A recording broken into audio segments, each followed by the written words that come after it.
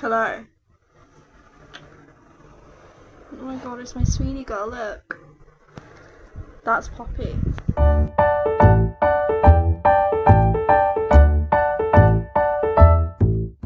We're gonna do my makeup because when is a better time to do it? And I'm gonna talk about being avoidant. So, I don't know what all that is, but like. Anyways. What am I talking about? Oh yeah, avoidance. I would say that I'm like very avoidant. I just think because avoidancy is something that you do to like protect yourself. And I think it's a very understandable thing if you understand it. And I think a lot of people online, because that's where like, I see a lot of people who are like, oh, people with avoidant attachment don't make sense. And I don't think it's something that you will actually ever understand unless it's something that you go through. Because it's like, you don't just wake up one morning and go, oh yeah, I'm gonna become an avoidant attachment and I'm gonna like traumatize every single person I've ever dated or whatever. Like, no. It's a trauma response. And not the kind that like gets used as an excuse. It's genuinely exhausting. And it's like, I don't choose to wake up every day and like if I'm like dating someone, I don't choose to wake up and go, oh my god, I feel sick to my stomach every single day. I can't choose that when I actually break things off with someone that I'm just instantly filled with this massive feeling of relief. But you can't choose how your body how it goes through the motions. And I just think if a lot more people understood that, it would be a lot easier to talk about. Because it's like, yeah, sure, it makes complete sense to like talk shit on individual people who have done you like awful, and then abused like their avoidancy. Because it's like I say, you do choose how you treat the people. So like you don't have to be evil. Unless you're a woman. I support women being evil avoidants. Before I came out of the closet, before I actually even realised that I was a lesbian, I used to date men, and I used to be so confused as to why I just couldn't click. Like, it made no sense. Because it made me feel sick. Like, physically sick. Anytime I started something up with a man, it was just my body would physically try and reject that person. And it made no sense because it wasn't like if I dated a woman, it wasn't like I didn't also feel, those avoidant tendencies. Which was then something really confusing because I couldn't figure out if I was a lesbian or just avoidant. But then I stopped dating men because I came to the realisation that I was a lesbian, started dating women and realised actually I was a whole lot less avoidant than I thought I was. Still avoidant, but like a whole lot less. When you're dating someone as an avoidant, it's very confusing because it's like, I think a lot of people conflate it with not actually loving them. It isn't that. I can't really explain it, but it's like, for me personally, it's just like this constant feeling of like dread that at some point something is gonna destroy everything.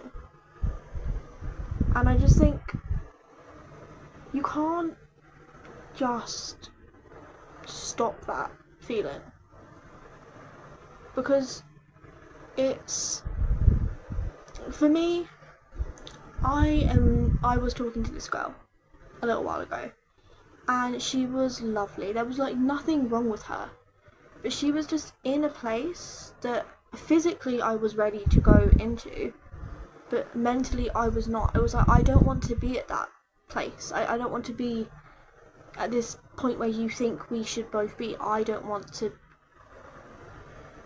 be in that place. And I just think she didn't understand it, but I was like, mentally I am just like physically not ready for like a relationship, like the kind that you want. I don't want to have all this like, you know, sweet family stuff. I don't need something that important in my life, because I just don't.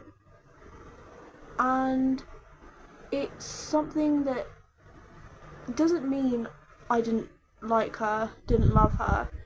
I did, but it was just a difficult situation that even I couldn't understand.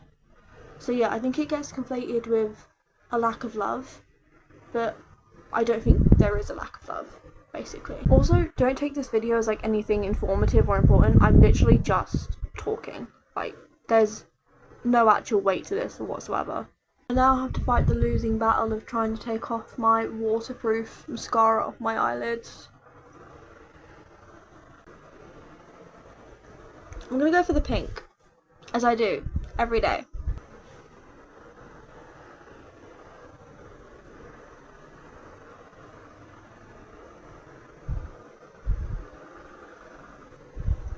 I've got a pink lip liner,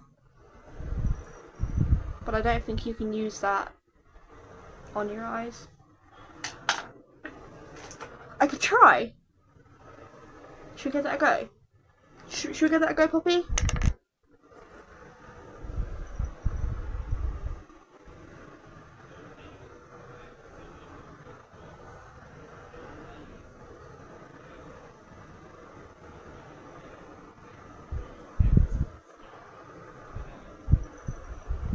If I wake up with styes tomorrow, you know why. Chances are, because my waterlines are really watery, that this could actually come off within like the next 5 minutes. Hold on, there's a new Jodie Whittaker interview. I must see this.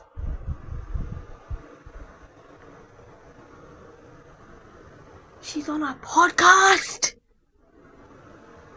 That's the same podcast that Saran Jones was on as well. I need to save that to my watch later.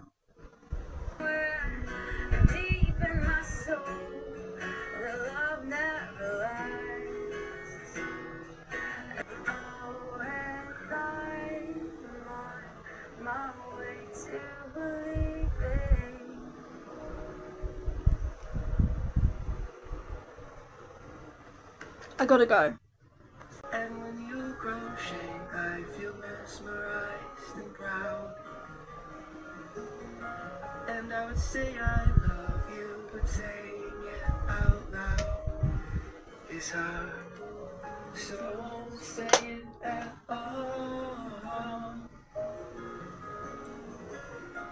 And I won't stay very long.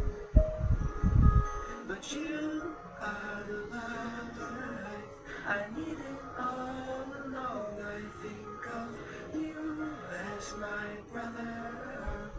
Oh no, that sounds dumb. And words are futile devices.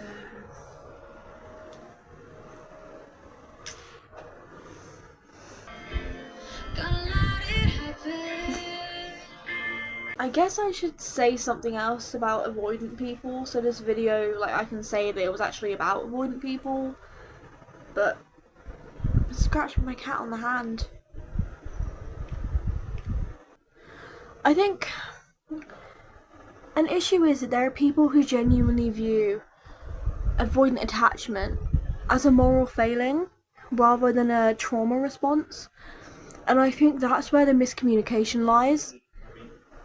It isn't a moral failing, and I think it's a very odd and unfair thing to say that it's a moral failing instead of what it actually is, because when you think about it, you don't want to react to stuff like this. Like, you don't want to react to romantic prospects as if they're like a literal threat to your life. But that is how your body treats them. Your body treats them as if they are a genuine danger to you, because that's all that you know them as. I feel like I understand. Like when I am with someone and I know that it's gonna end up becoming a cycle, or finding someone, leaving them, etc., etc. Not as an excuse, but like that is how my body is reacting, because that's all I've ever known. It's just things to not work out. So you make them fail before the other person has the opportunity to make them fail, because then if you make them fail, then you don't lose anything, because you choose how it goes and etc. So you, in the end, you're the winner, and that is the point. You're protecting yourself, and I think that is the goal, is just to not lose. And I understand it. I think also you can say that like people say all the time that they're just like not ready to commit to something. They, like they use the term like low commitment, like, low maintenance.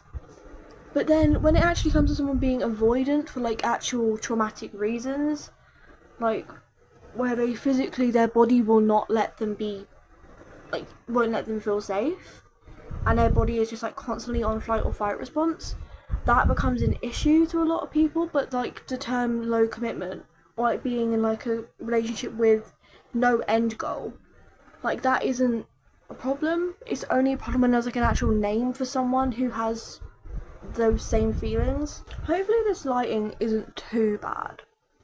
Hopefully not. Because if I've done this makeup for no reason, I'm gonna cry. If it looks bad, I'm gonna kill myself. No, it is not my day. Everything has been pissing me off today. I feel like everyone's so annoying. Like today in particular.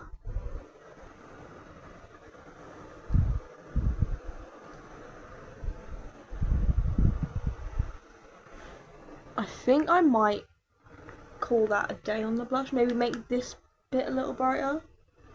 But I might call... Oh, I can watch some New Girl tonight. I'm watching it for the first time. I'm so excited.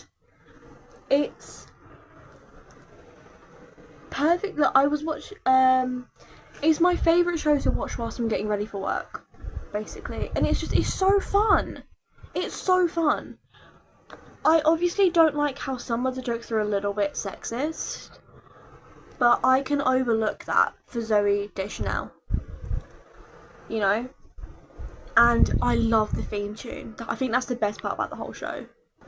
I don't know why I say if like it's enough to keep me going.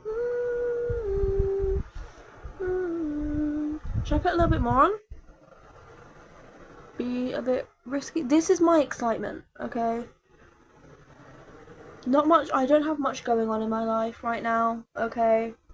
Let me have this little bit of adrenaline, please. Oh, also those are my two things. I don't have a name for the Christmas pudding, but that's a pumpkin, and her name is Persephone. Okay, we're gonna set now. I use my powder, and then my setting spray. This is actually Superdrug setting spray. It's actually not bad. You would think that Superdrug don't do good products, but actually some of them are not bad.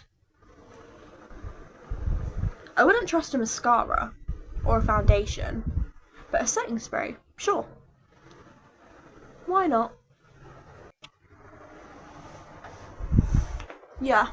Okay, so that's the end now. Thank you for watching.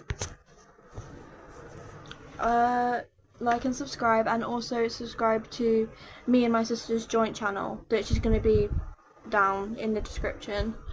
I think our next video is probably going to be where we go out for the day, because I've got a bunch of fun surprises for her, so yeah, or a baking video, don't know yet, but subscribe to that one as well. So thank you.